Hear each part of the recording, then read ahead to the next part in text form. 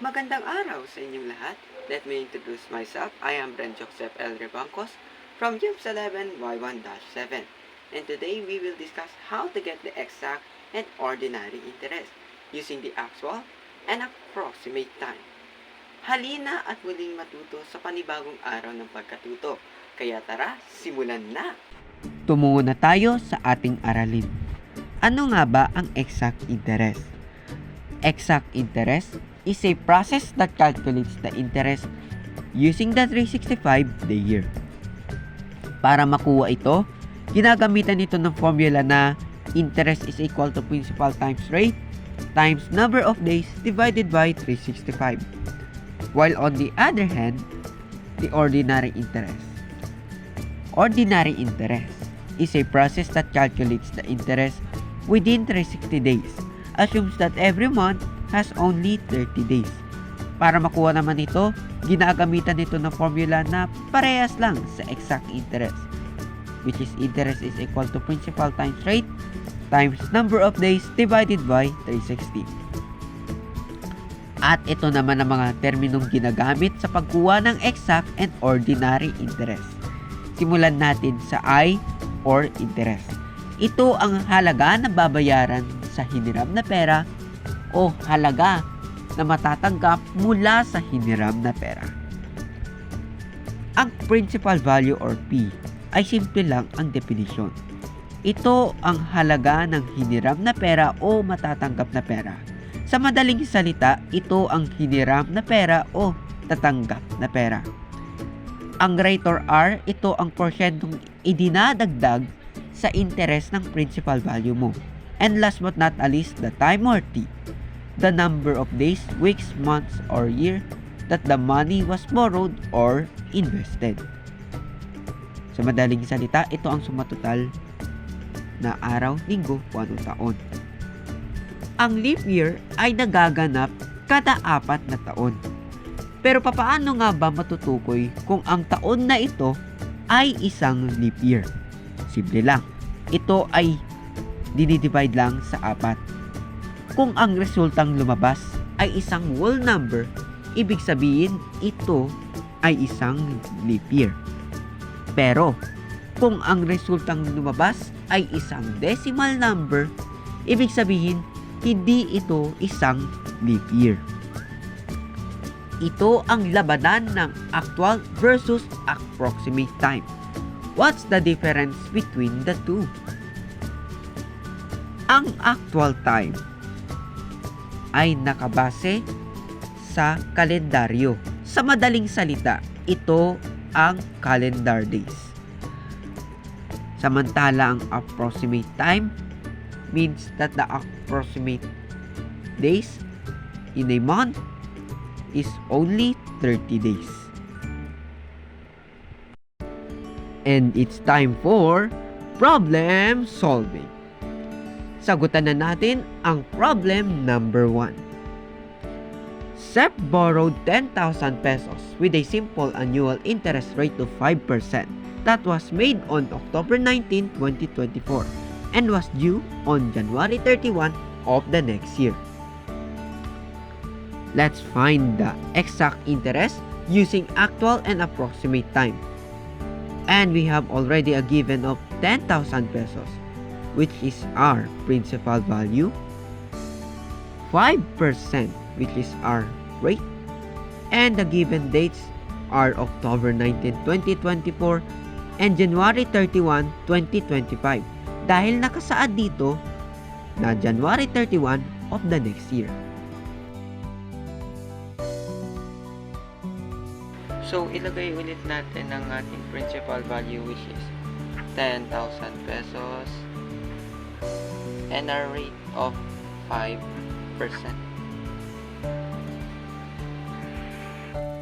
But first, kailangan muna natin palitan ang ating rate from percentage to decimal number. Paano? Simple lang.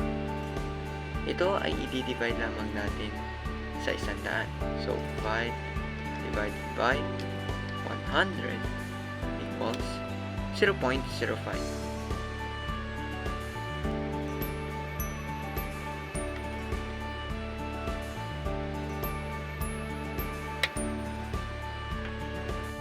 dahil nakuha na nga natin ang ating decimal number, oras na para sagutan sila. So, ang nakalagay sa ating formula ay interest is equal to principal times rate times number of days divided by 365. Unahin muna natin sagutan ito.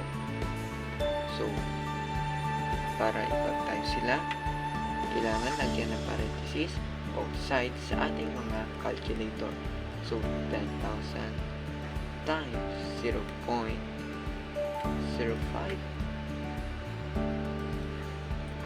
para i-calculate natin.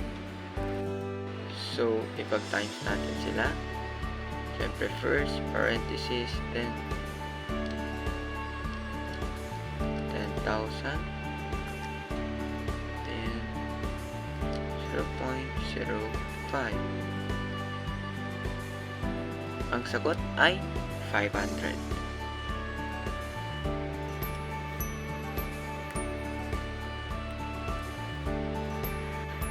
So, next ay kukunin naman natin ang mga sumatotal na araw mula sa actual and approximate time. So, meron tayong inandang table para gawin ito. So, let's start syempre sa October 2024.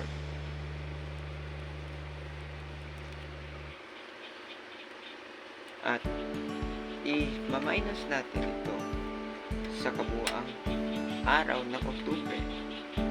So, 31 minus 19 equals 12. So, ganun din siya sa approximate time.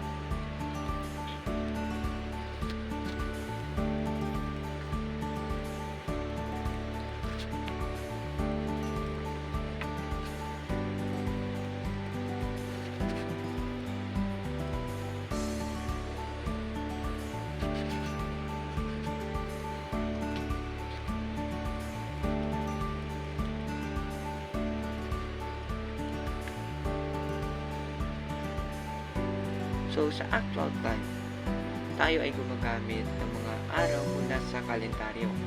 So, ang kabuuang araw ng Nobyembre ay 30 and December is 31. At dahil ang deadline ng pagbayad niya ay sa January 31, ibig sabihin 31 days din sa actual. Sa approximate time, ang ating rule ay ito ay 30 days lamang. Ang bawat buwan ay 30 days lang. So, ang lahat ng mga buwan sa Nobyembre at Disyembre ay 30 lang. And syempre, 31 sa January. So, isumatotal na natin ito.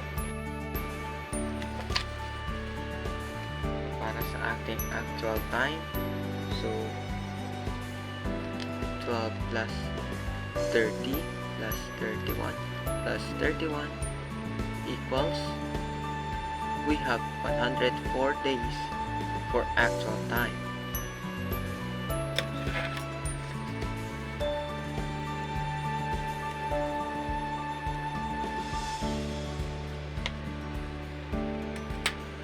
And para sa ating approximate time, so, plus 30 plus 30 plus 31 equals, we have 103 days for approximate time.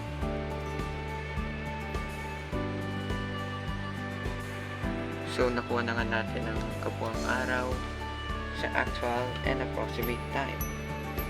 This is 104 days and 103 days. Oras na para i-divide sila sa 365. So, para sa actual time, 104 divided by 365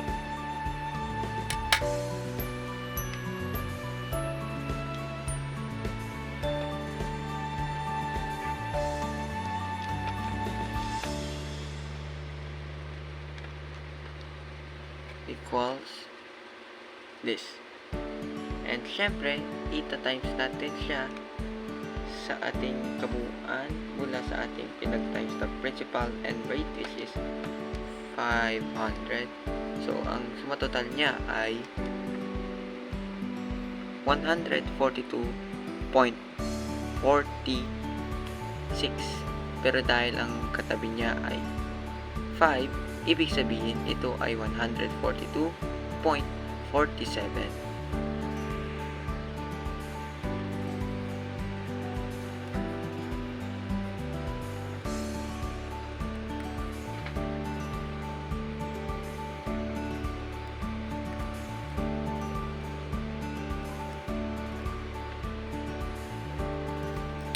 Samantala sa approximate time naman,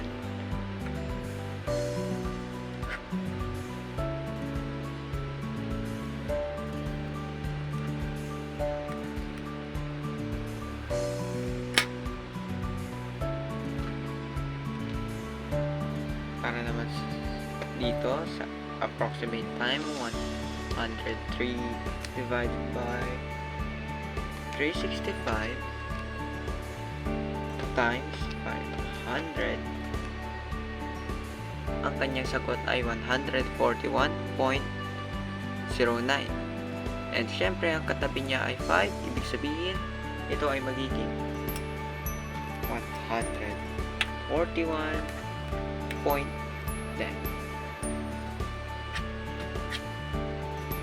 So, ang ating sagot para sa ating problem number 1 ay para sa exact interest using actual time is 142.47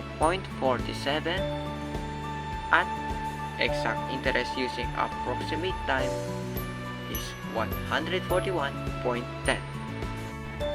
Next is problem number 2.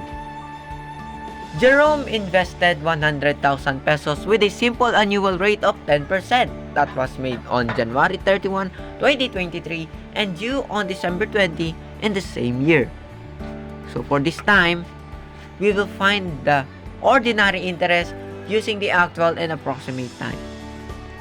So again, we have already a given of 100,000 pesos, our principal value. 10%, which is our rate. And the given dates are January 31, 2023 and December 20, 2023.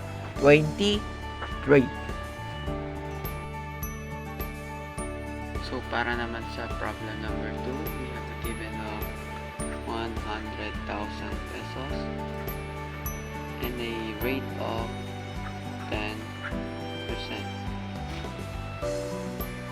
So, syempre, sumunod natin ito sa pag-convert from percentage to decimal number.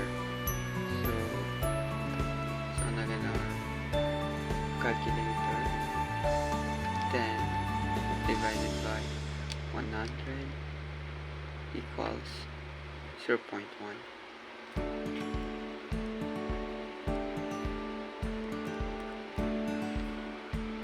So, pag times na natin ng 100,000 at ang ating decimal rate number, which is 0.1. So,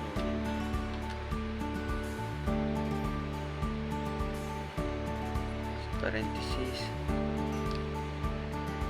100,000 times 0.1 equals 10,000.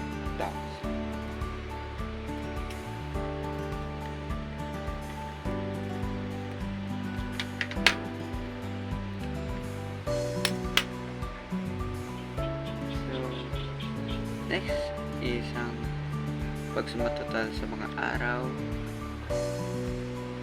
Let's check muna kung leap year ba ang 2023. Kaya sinabi natin, i-divide lamang natin ito sa 4. So, 20, 23 divided by 4 equals, as you can see, may decimal number, decimal point. So, ibig sabihin hindi ito isang leap year. So, bago natin simulan ng pagsusuma total, minus muna natin ang January 31 sa kabuuang araw. 31 minus 31 means 0. So, 0 ang ilalagay natin dito. Don't worry, pwede po yan. Yan. So, pinakita naman natin ay leap year ang 2023. So, sa actual time, 28 days sa February. Then the rest goes on.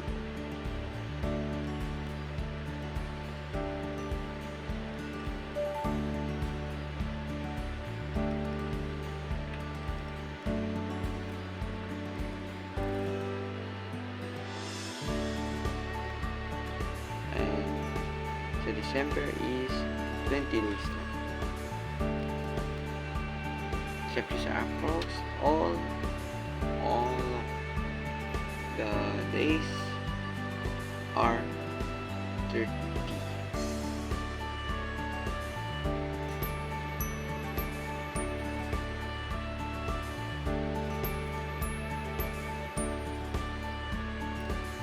Tara, sumatotalan natin. So, tara, simulan na natin ang pagsusuma total. Simulan natin sa 28 plus 31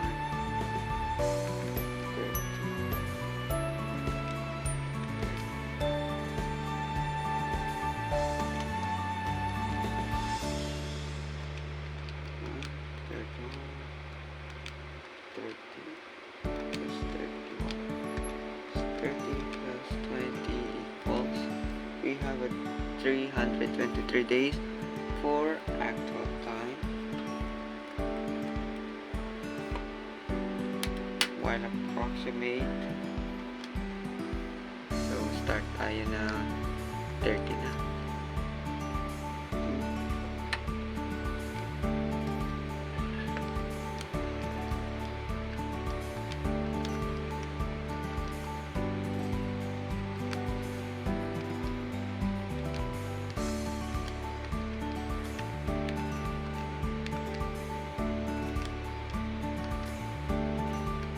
So, ang buwang araw para sa ating approximate is 320.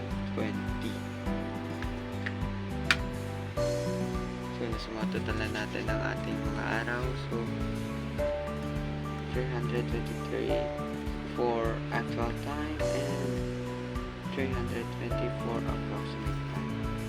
So, i-divide na natin sila sa 360.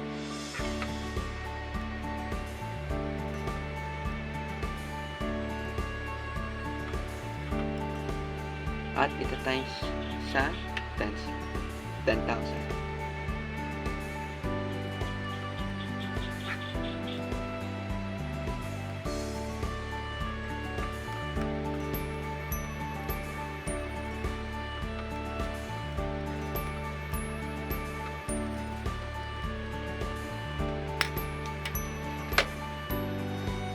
So, let's carry on. 323 divided by 360 equals 10 times to 10,000 equals, we have 8,972.22. Hindi po siya dadagdagan dahil ang katabi niya ay 2.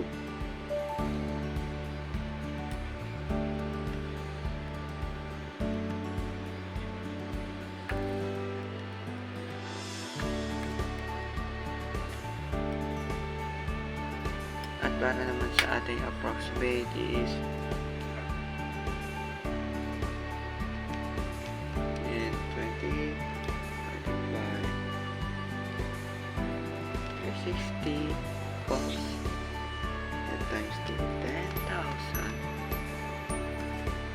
Voila.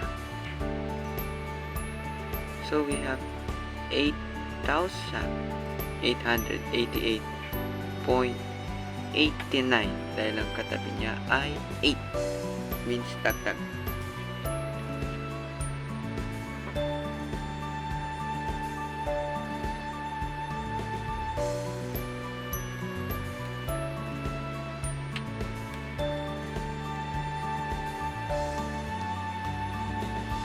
So para sa ating ordinary interest using actual time, we have 8,972.22,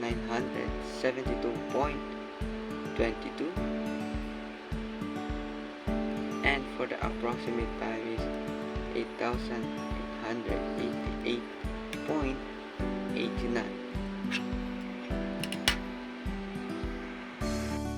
And our last and activity, problem number 3. Rizalde loaned 300,000 pesos in a bank with a simple annual rate of 12% on December 30, 2025 and to be paid on December 30, 2030. So in this case, we will find the exact interest with actual and approximate time, also the ordinary interest with actual and approximate time too. So we have already given up 300,000 pesos, our principal value, 12%, which is our rate, and the given dates are December 30, 2025 and December 30, 2030. So in this case, we will find both exact and ordinary interest using the actual and approximate time. So again, we have a given of 300,000 pesos and a rate of 12%. So we know the drill. Divide it to 100 para makuha ang ating decimal number. So 12 divided by 100 equals 0.12. As I expected.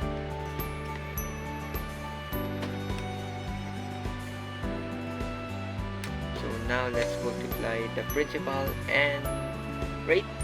This is 300,000 pesos. And our rate of 0.12. Let's multiply it.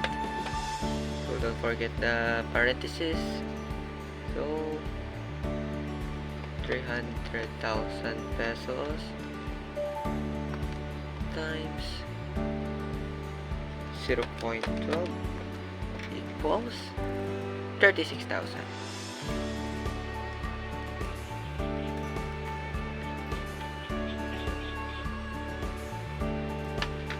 So ngayon, isusuma total na natin ang kabuuang araw. Sa ating binigay na given, pareha sila ng araw, pero magkakaiba sila ng taon. At magsisimula tayo sa December 30, 2025. So, ganun din. Tuloy-tuloy na to. So, ang kabuuang araw ng Disyembre ay 31 minus 30. So, we have only 1. This is our table again.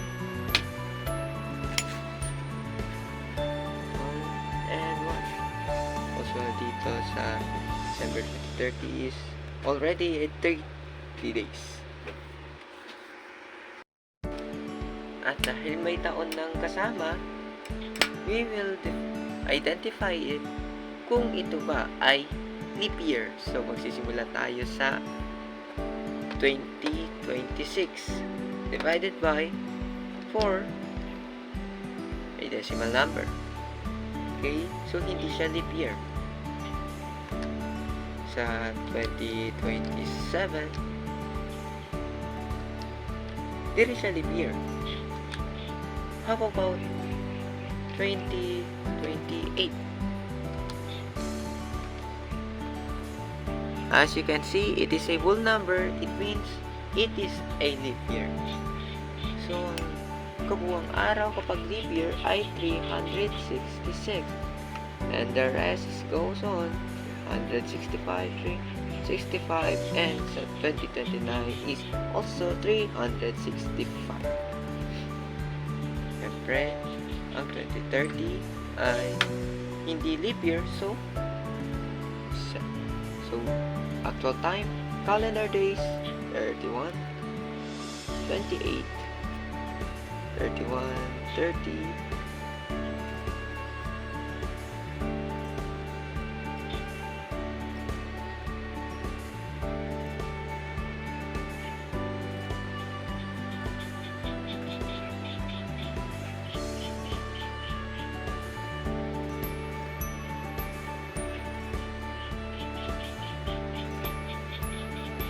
so yan. Siyempre sa approximate, kapag approximate, 360 lahat kahit leap year.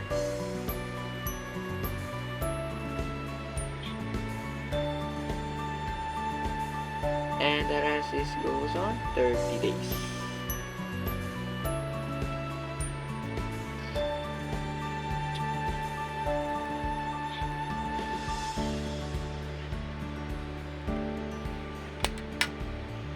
So, isusumot total na natin siya. So, simulan na natin sa 1 plus 365 plus 365 plus 366 and 300 mistake 365 10 plus 31 plus 28 plus 31 30 31 30 31 31 plus 30 plus 31 plus 30 and 30 equals, we have a total of 1,826 days para sa ating actual time.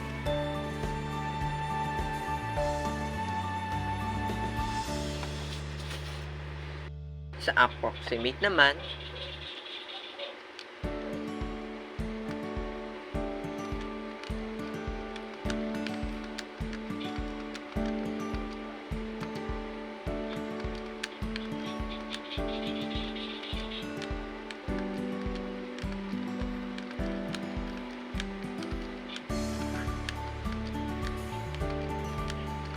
ang kabuuang araw niya ay 1,801.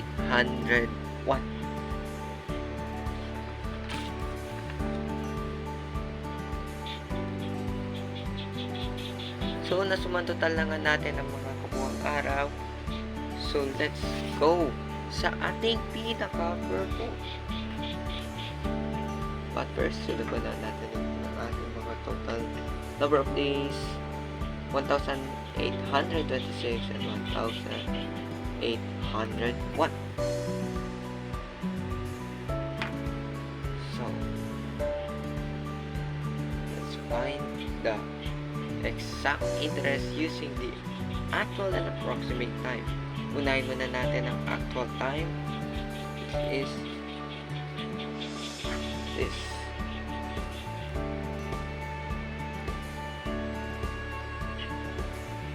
Then, ito tayo sa 36,000.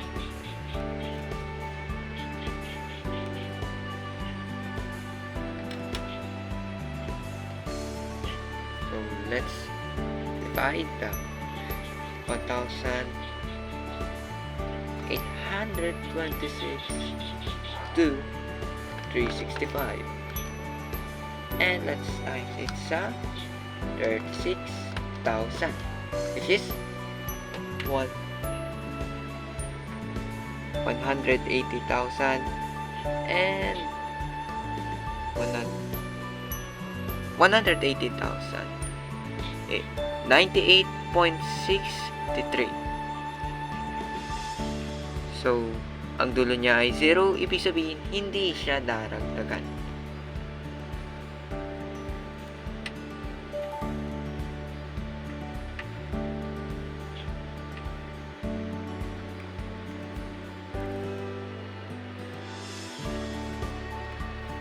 how about the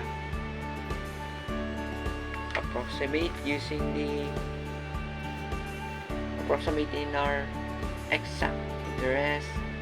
So 1,801 divided by 365. 1,000. And let's calculate it.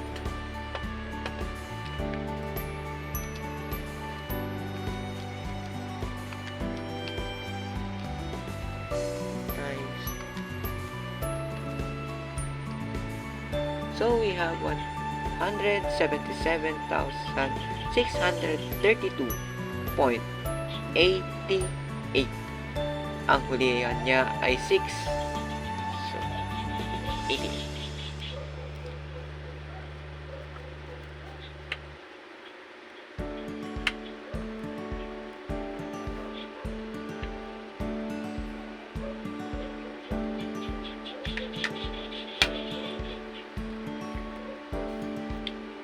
At nakuha na nga natin ng exact interest using the actual and approximate time. How about the ordinary interest?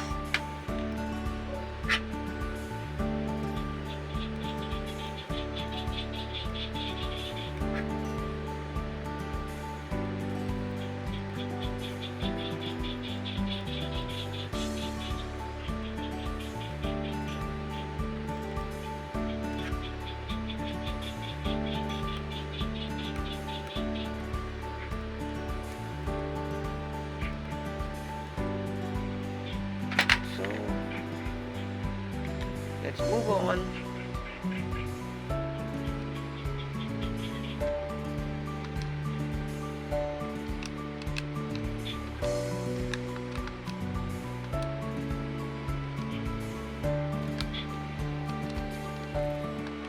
So for our ordinary interest using actual time, we have 182,600.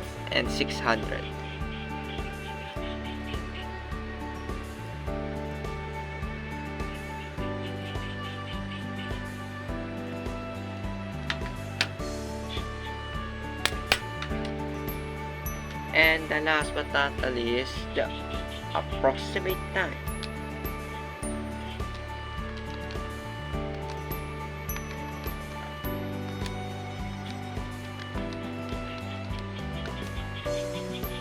For approximate, we have 180,100.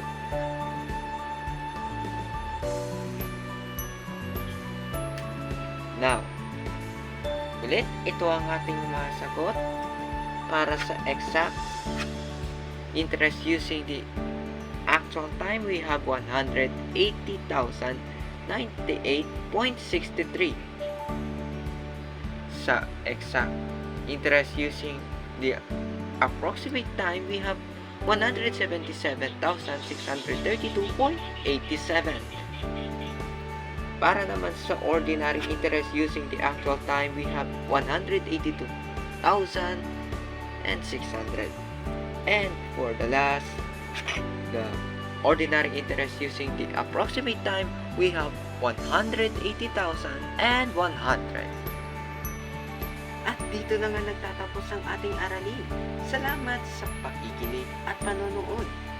At para tapusin ang video na ito, mag-iwan ako ng isang motivational quote from Dr. Seuss. Sometimes, the questions are complicated and the answers are simple. Maraming salamat. Hanggang sa muli.